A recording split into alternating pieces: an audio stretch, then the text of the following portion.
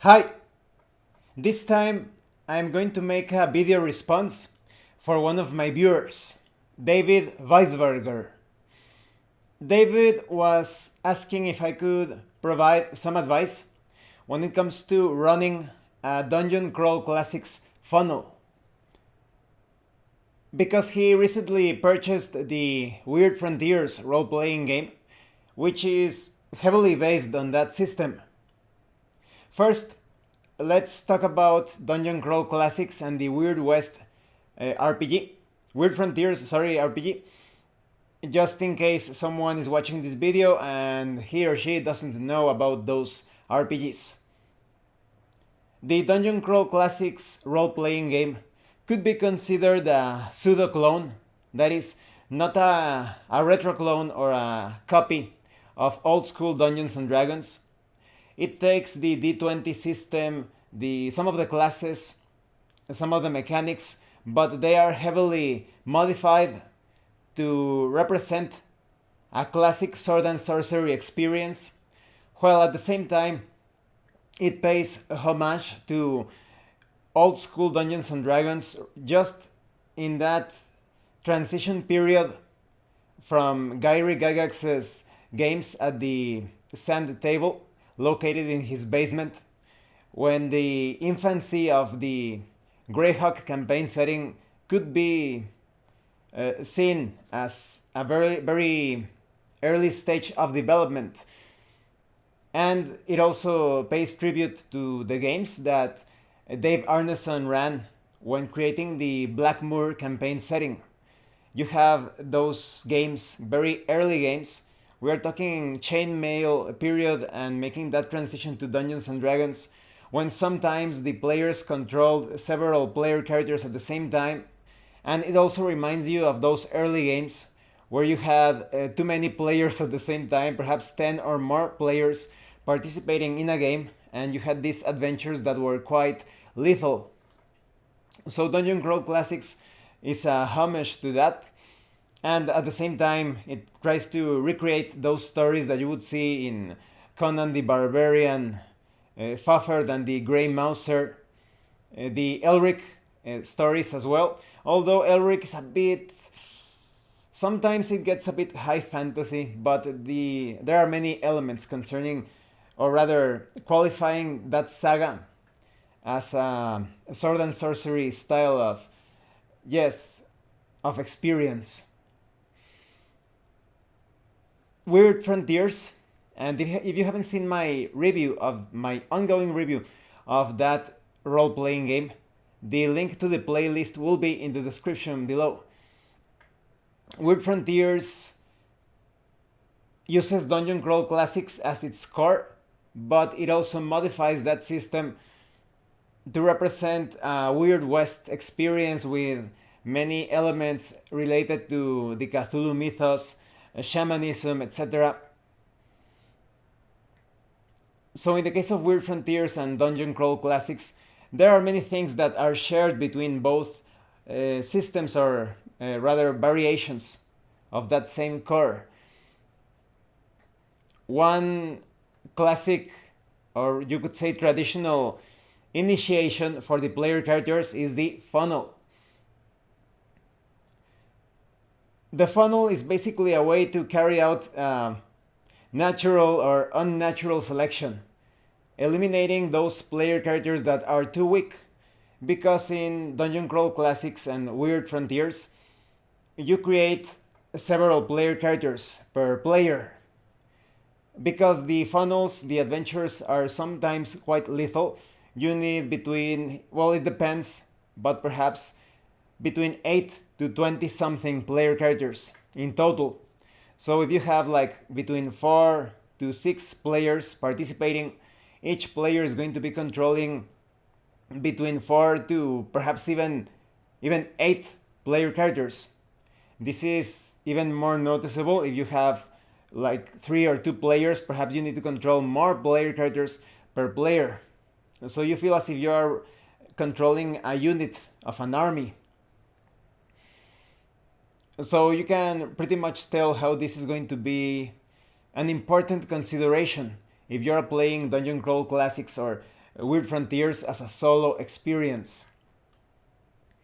I think the most important considerations are the number of player characters and the difficulty of the funnel. Let's talk about the number of player characters first. Although it is quite possible, it could be a bit complex for a single player to control so many player characters at the same time. In the case of the funnel in the Weird Frontiers RPG, I think you need between 16 to 20, 25 or 23, something like that, zero level player characters. Because when you're creating characters in Dungeon Crawl Classics or Weird Frontiers, you're not playing as experienced adventurers. You're controlling the farmer, the cook, the blacksmith, the fruit seller. So they aren't exactly heroes or anti-heroes yet. They are normal people that, for out of necessity or perhaps out of greed or for some other reason, they ended up involved in some very dangerous situation. So maybe you are playing as villagers and some other worldly beings come and attack your village, killing and kidnapping people and stealing. So now you need to do something, you need to take action and fight against those enemies. Or maybe you are searching for gold and glory and you decide to go into this very dangerous place, some abandoned castle, some forbidden forest, etc. But because you are just starting on your path as an adventurer, you start out with very, very mediocre skills or capacity to fight. Because in the Dungeon Crawl Classics role-playing game and Weird Frontiers RPG, you generate characters in a very strict old-school style. You are rolling 3 6-sided dice for each attribute, and there are no rerolls or rolling 4 dice and discarding the lowest die. So it's quite possible for you to create characters that are quite low in, perhaps you have 4 strength and 5 dexterity, or agility, depending. Like I said in Dungeon Crawl Classics, Weird Frontiers, your attributes are going to be very low, mediocre, and sometimes you want to get those lame characters out of the way. You want them to serve as cannon fodder, and that's the purpose of the funnel in Weird Frontiers or Dungeon Crawl Classics. You face off against all sorts of enemies, hazards, dangers, and you're usually using your weakest characters as a shield, as a mid shield, to protect your more valuable characters, because if they manage to conquer that funnel, they will gain their first level in a class of your choice.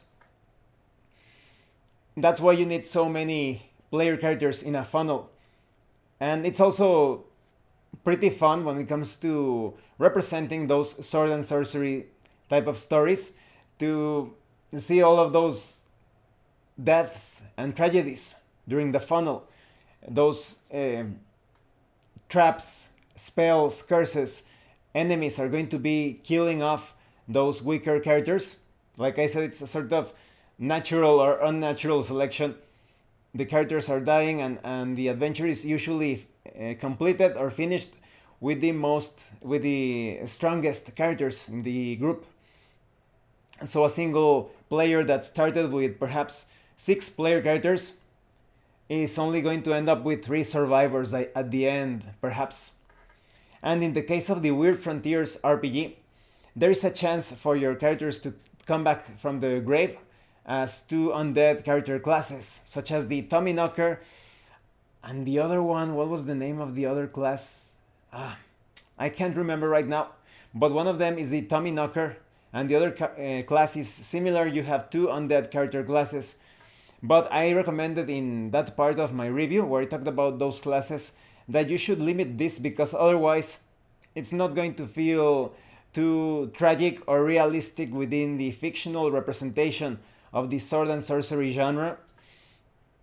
And so I would limit the undead classes to 2 survivors per player, because otherwise perhaps most of your party ends up dying and it's not going to feel too bad. It's going to take away from the fatalistic flavor of the funnel.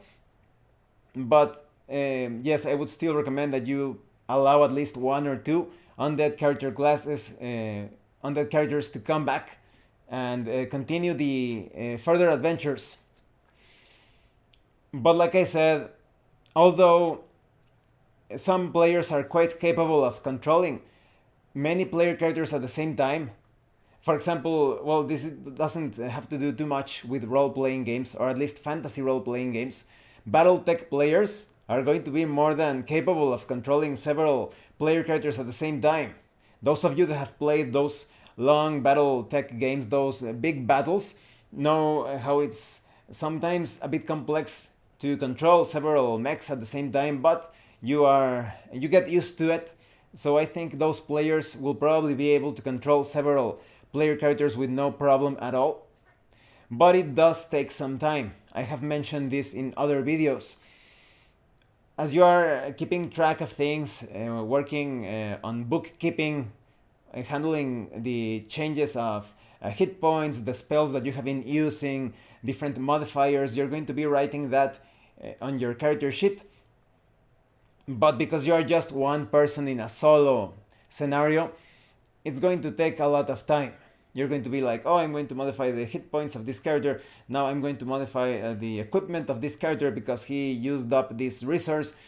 But when you are playing with several people at the same time, perhaps 4 or 6 players, everyone is keeping track or bookkeeping things at the same time, so it doesn't take too much time. But it's really no problem at all if you don't want to speed up things, if you want to take your time, and if you're comfortable with handling a single encounter as a 30-minute period, taking 30 minutes, or it depends, 45 minutes longer than expected, then I think you won't have any trouble in handling those situations. But if you are somewhat impatient, or perhaps you're simply not comfortable with controlling so many characters at the same time, running Dungeon Crawl Classics as a solo experience can be quite bothersome, not enjoyable enough. And this applies to both participating as a player character, or rather a group of player characters with an emulated game master, or using Abraham's method. The link to my method, the playlist, will be in the description below, in which you are playing as a solo game master with emulated player characters. It's still a lot of bookkeeping. That's an important consideration. So how can we take on this issue? Like I said, funnels are usually quite deadly, so you have the option of reducing the lethality of the funnel and controlling less player characters. Maybe you want to control 6 player characters. Then you will have to reduce the difficulty if you are using a pre-generated module. I am also going to put links in the description to different solo sessions. One where I am playing a module that I didn't experience before. Another one where I am playing a module that I have used with my players, but I randomize some things so that the experience feels, yes, there are surprises, the experience feels a bit fresh. Those videos, those playlists will be of use in my opinion. But going back to that problem, even if you reduce the difficulty, maybe you still want to reduce the number of player characters. Or maybe you like the difficulty as it is, but you just want less player characters to control at that time. Then I would highly recommend that you download the free document from DriveThruRPG, Blackstream's Solo Heroes from Cine Nomine Publishing. It was written by Kevin Crawford. A lot of you know that Kevin Crawford is, well, in my opinion, one of the best old school designers or writers or authors out there.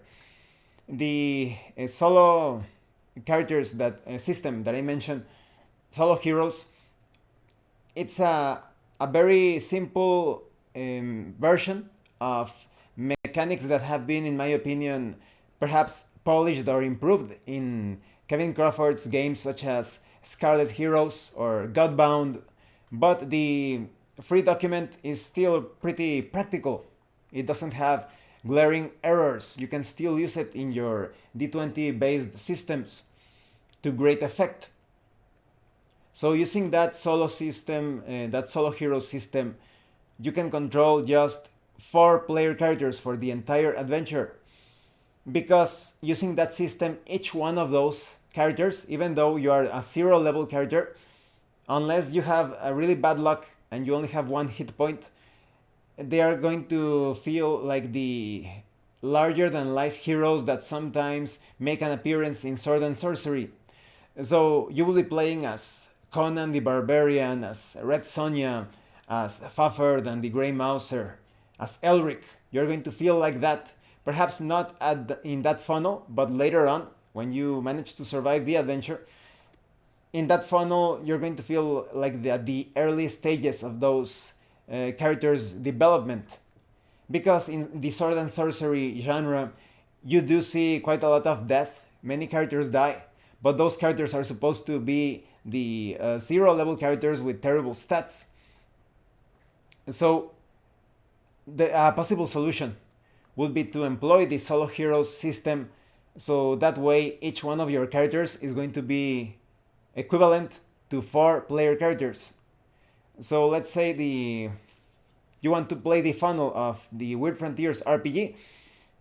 Perhaps 4 or 5 characters will be enough to take on that funnel, because each character is going to be worth 4 characters, so it's going to be roughly around the equivalent of 16 characters or 20 characters in levels of power. I think that the funnel won't feel as deadly because of the way that hit points are handled in the solo heroes system.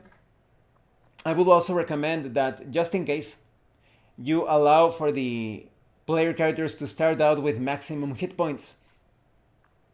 And there's also a mechanic which is basically defying death or avoiding doom. I don't remember the exact name. It allows you to escape some paralyzation, instant death effects. So yes, it's a pretty practical solution. If you don't want to experience some sort of headache as you are trying to keep track of the many changes in 9 or 8 different character sheets or more, definitely use the solo heroes tweak or modification. And the funnel included in the Weird Frontiers RPG has some random elements to it. So I think it's also very easy to play it as a solo experience. I explain how to do this in my playlist, specifically the last video of my playlist featuring the quick and classic role-playing game. So you could go through the module, just avoiding those sections that could be spoilers.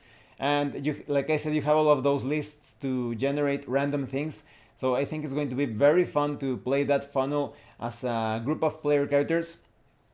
So David, definitely create 4 player characters, use the solo heroes system, and give them maximum hit points, in my opinion, just in case. And I think it's enough. 4 or 5 players will be able to take on that funnel. But in the case of someone who is running Dungeon Crawl Classics with generating things on the go, not using a pre-existing or pre-generated module, then you don't have to worry about that. You can create 4, 5, or even 6 player characters, and because you are generating things as you go along, you will be able to adjust the difficulty to the number of player characters. So, David, I hope this helps. Either way, if something is not very clear, or if you need some additional advice or tips, I will be happy to expand upon this.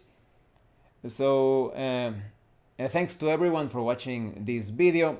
If you have any comments or questions, please let me know. And thank you so much for those of you that have been supporting the channel by sending drive-thru RPG gift certificates. If anyone else wants to further support the channel, the information on how to do that will be in the description below. Once again, thank you and see you later.